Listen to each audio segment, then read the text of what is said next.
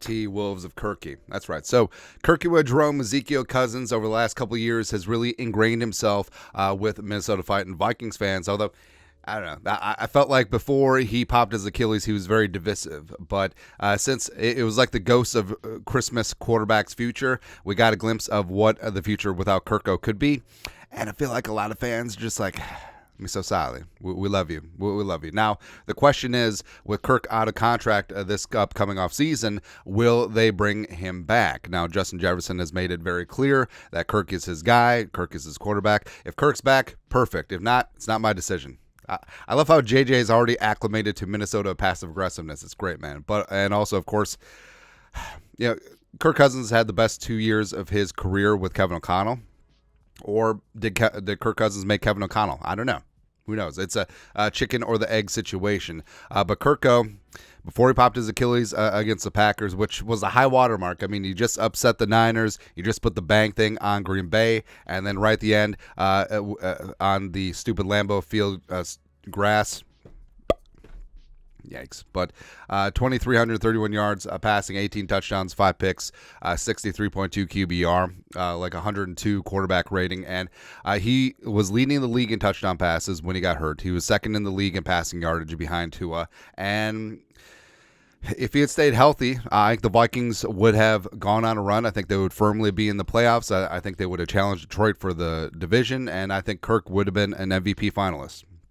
I think all these things were true. But now the question is, what's going to happen? Will the Vikings look to re-sign Kirk Cousins? Will they not? Well, there's already some estimates out there. So CBS Sports on their top 100 free agent list, top 50, whatever. Kirk comes in second behind who? Chris Jones, and they estimate him at a 3-year, $118.8 million deal, which is just south of $39.6 million. Now, it doesn't get into guarantees. But also, you look at the quarterback hierarchy of who's getting paid what. If Daniel Jones and Derek Carr are commanding $40 million per year, you can get Kirk for less than that. Yes, I think that's a steal every single day and twice on Sunday. And then with PFF, they estimate a 2-year, $60 million deal, $30 million per. Yes, all in on that. Where I think there's a couple factors involved here where, the Vikings and Kirk realize that they're better to get together, and Kirk realizes that the Vikings are going to be his best chance to get to the dance. And I think it could be a spot where Kirk, even though he's never really given a team discount, could give a team discount. Also, I think his injury does factor in as well. But hell, if you can get Kirk's 2 years for $30 million per, yes, absolutely all in, man.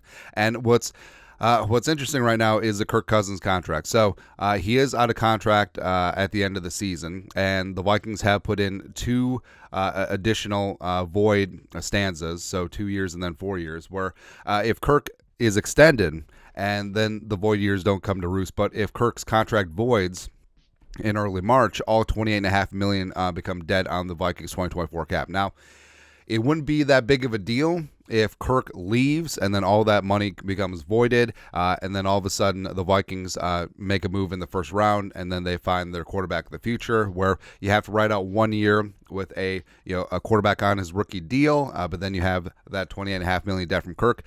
It's fine. It's fine. But also, if they do bring Kirk back, those void years stay in place, so it'll be about 10.25 dead this year, next year, as well as $4 million dead in 2026 and 2027. And of course, if Kirk does sign, this will all be worked out in the future because.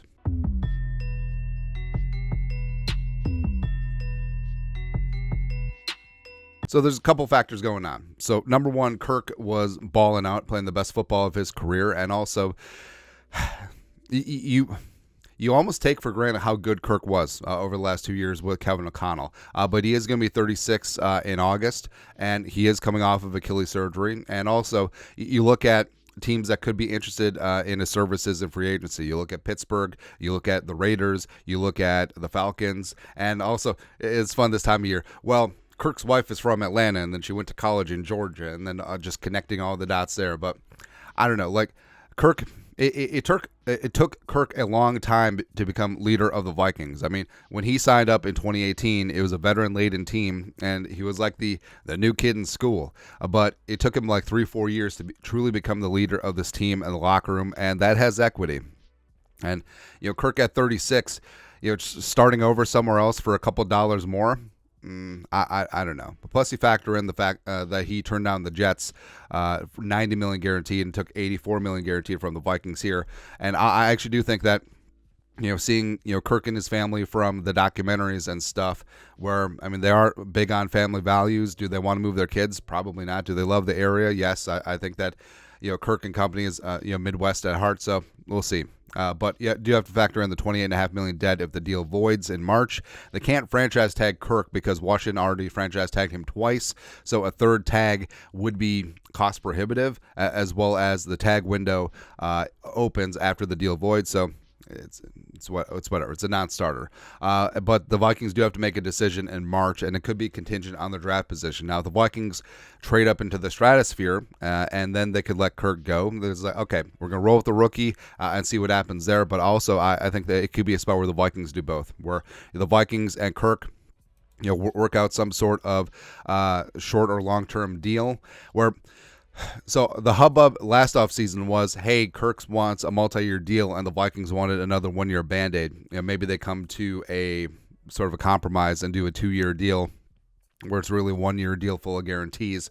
Who knows? But I think the Vikings could and should be looking to draft their quarterback of the future high, either in the first or second round.